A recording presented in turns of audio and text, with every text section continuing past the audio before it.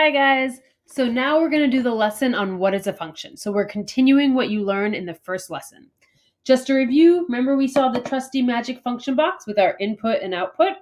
So remember that the basic concept of a function is you input something, like 7, and it outputs a number. So it's doing some rule to that. And it always does the same rule. So if I input 2, it's going to do the same thing. Maybe multiply, maybe add, maybe divide. And 5 comes out. One more, I input 4, and 9 comes out. Look at that, it changes the color and everything. Magic. Okay, so that's the basic concept of a function. It's doing some rule to the numbers that you input. Always the same rule. So now we're going to write some vocab. So take out that notebook that I told you about and write down today's aim, what is a function, the date whenever you're watching this, and now start writing our vocab. Domain and range. These are two words we're going to come back to all year long. So you're going to be coming to this page a lot. I promise you all year. Domain is the X value. So that's all of your input, okay? Domain is the independent variable. Range is what comes out of the function. So that's the Y, that's the output, and that's the dependent variable. You're going to hear those words over and over. A relation is just a set of coordinates. It's a match. It's like a couple, okay? A function is a rule that's applied to the same, to every input and gives only one output for every input. So let's explore what that means. A function rule is an algebraic equation that defines a function. So I'm going to make myself small, right down here, and go ahead, that didn't work so well, pause the video and write down this definition. I'll move it again so you can see what's there. Okay. So this is super important, as you saw in that last function rule. It said f of x equals an equation. F of x is the same as y. So after you write those vocab words down, notice that this is huge. Write this really big in your notes. F of x is the same as y. Put a box around it. Highlight it. Put fireworks coming out. This is so important that you need to remember it over and over again. Okay, this we talked about in class today, so I'm just going to quickly refresh our brains. Denise, Ashley, Oscar, Ronald, and Rashida, they're all different students, and there's only one of each. So in table A, why is it possible? Well, if we look at each student, they each have a different birth month. Okay, cool, that's fine. 2 kids are born in June. That's cool. We can have 2 students born in June. And one's born in March, one's November, one's December. They're all different students. Now let's take a look what's happening with our other table. In our other table, it's a little bit different. We do have 2 students born in June, Denise and Oscar. But notice that Ashley is born in March, and Ashley is also born in December. Is that possible? Can one person be born in 2 different months? No. That's the basic idea of a function, okay? Table A is a function. It can happen. Because notice, it's okay for the output to repeat. 2 different inputs can give you the same output. But it's not okay for Ashley to have 2 different outputs. So one input cannot have 2 different outputs. Let's see this with numbers now. Okay, here's an example with an equation, y equals x squared, that we're super familiar with. This one's quadratic. We've seen it before. So we're going to take a look at this table. If I put in -6, square just means times it by itself. So -6 times -6 would give me positive 36. If I plug in +6, times it by itself, 6 times 6, 36. Notice 2 different inputs gave me the same output, and that's okay. If I plug in 3, 9, and I plug in 3, can I get something besides for 9? Is there any way I can? No. So when I plug in 3, the only thing that can come out is 9. If something else came out, like a 10, it's not a function. Okay. So how to tell if a relation is a function? The x cannot repeat and go to 2 different y values. The x cannot cheat. The y, however, the y is a player, and the y can go to more than one x value. So the y can repeat. Pause the video right now and write down these 2 important vocab words, and then we'll continue.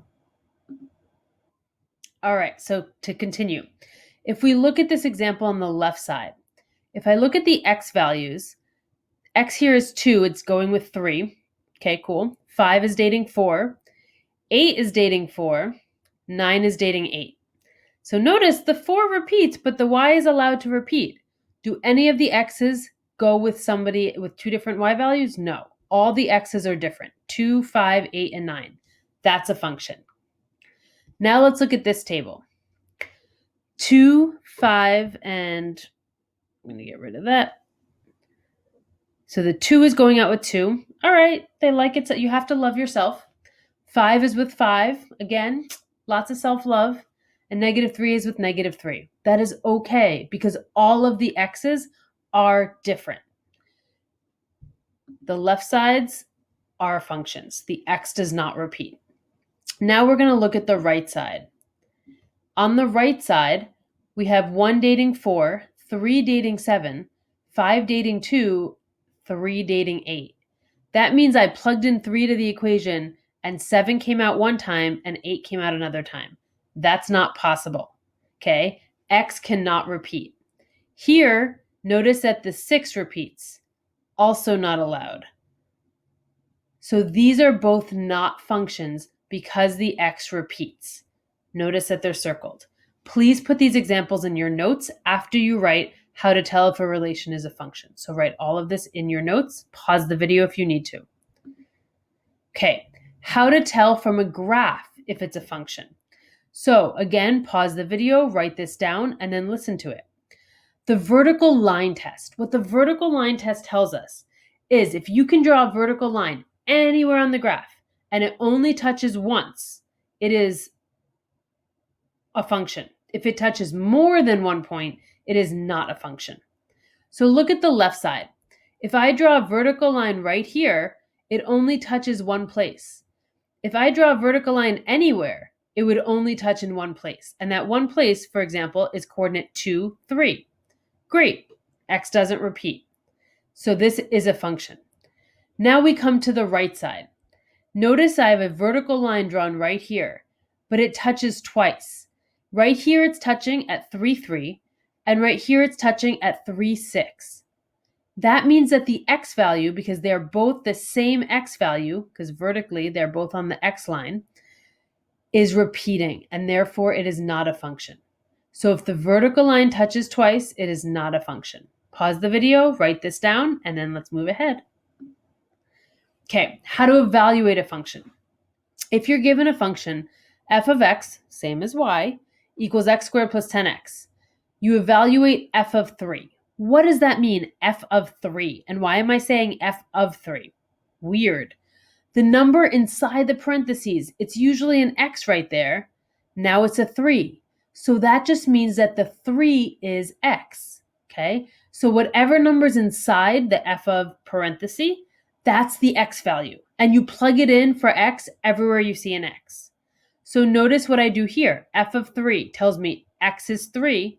So I plugged it in everywhere that I had an x, here and here.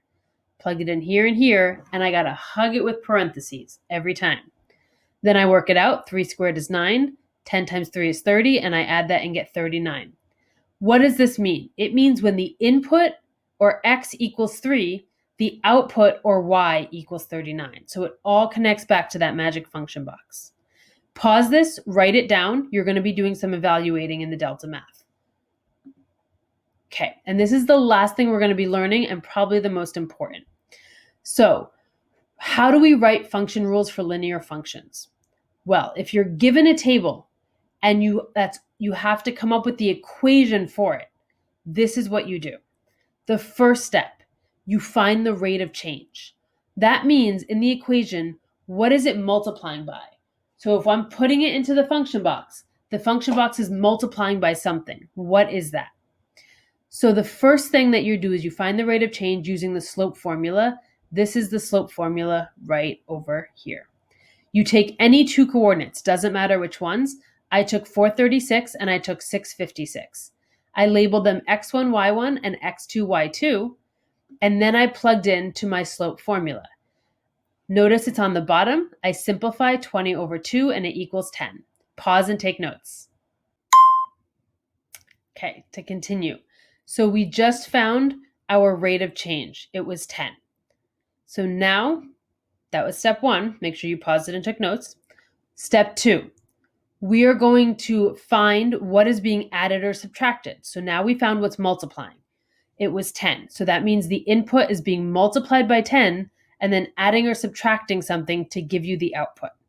Okay. So I take one of my coordinates, 436. So my input is 4 and the output is 36. So since I just found my rate of change is 10, that means I'm multiplying by 10. Okay. So 4 times 10, that's 40. Well, 40 plus or minus what equals the output of 36? So again, I'm multiplying by 10 because that's my rate of change. So input 4 times 10 is 40. And then plus or minus what equals 36? Oh, 4 minus 4. Great. So 40 minus 4 equals 36. That means that my equation, the number I put here, is what I'm multiplying by. That's my rate of change. And the number I put here is what I'm adding or subtracting by to equal the output. So my final equation is y equals 10x minus 4. And that's it. That's how you do it. Okay? So pause this, take notes on step 1 and step 2. If you have to rewind, go for it. And you're going to practice this a lot.